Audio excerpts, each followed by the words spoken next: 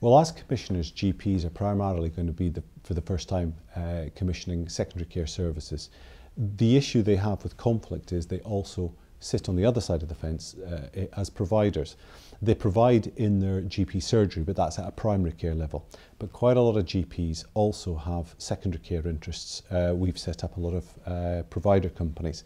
And in part that's to meet the competition from FTs bidding for out-of-hours services, for example.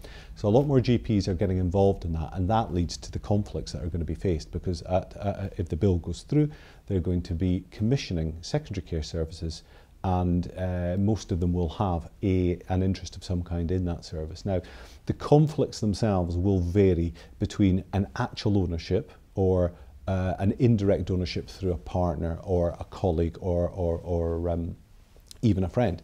And that's where the conflict issue becomes slightly more remote and slightly more difficult to deal with.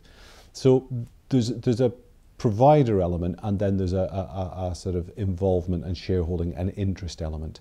Those will reflect when they're sitting on the other side of the fence as commissioners in determining, making commissioning decisions. Can they do them fairly and transparently with those interests? The other area that has come out has been at the level of GP and patient, because this is something that GPs are acutely aware of. It doesn't directly relate to the bill, because it's not their commissioning decision on secondary care, it's more their position as a primary care provider.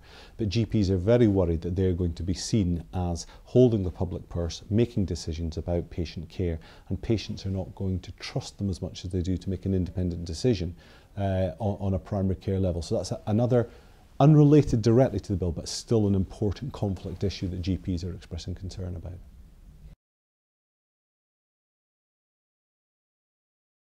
Varied. I've been doing workshops across the country with CCGs and led them through some case studies. And I suppose you would polarise the views as, on the one hand, an absolute we won't tolerate an interest. So you might declare an interest, and regardless of what that interest is, however remote it is, that person will not then participate in any decision that involves the award of a contract that may involve them and their interest as a provider.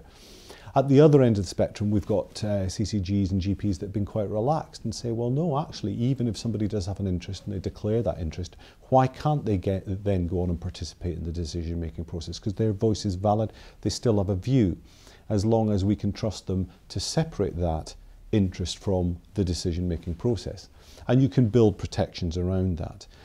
And the mid-ground that I found is allowing somebody to have an interest to declare it, participate then, to participate in the voting decision or the decision on commissioning has been based upon materiality.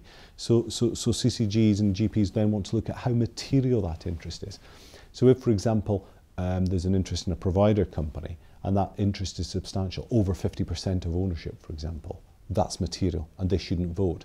If, however, they hold 1 share of 1,000 shares, that interest is not material, therefore they can participate. So there's been a full range between the extreme, any interest, you don't participate, you don't vote, to a much more laissez-faire attitude that allows, and probably most are going for some kind of concept of materiality to allow people with conflicts to participate.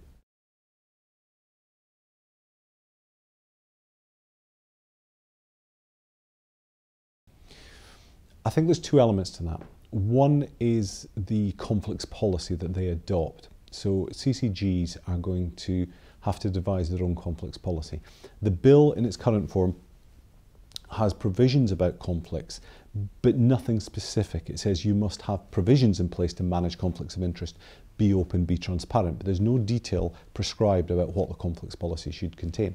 So CCGs are going to have to devise a conflicts policy, discuss issues such as if somebody declares an interest, should they be completely prohibited, or questions of materiality, should in some cases they be allowed to participate and others not, and devise a policy on that basis.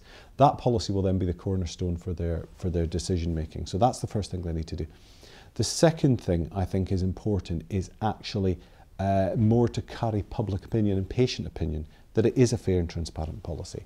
So instead of devising that policy in a vacuum, I think they need to involve the healthcare press, the local press, the patients, patient forums, to ensure that there is an open, transparent process about devising that policy, so that should it come to a criticism at a later stage around a specific circumstance, they can point back and say, we developed a policy, we're following our policy, and that policy was developed with input from patients, with the press, so everybody knew that this is what we were doing.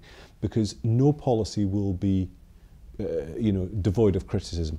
There's a full spectrum of views on this. So any policy that's developed is not going to be not going to have somebody that isn't going to criticise it. But it's then having a policy that is objective and transparent, to ensure that should a criticism arise, well, they can say that it was made objectively and it was made with involvement of as many people as possible. That will help deflect criticism when it comes to an actual decision based on an actual conflict.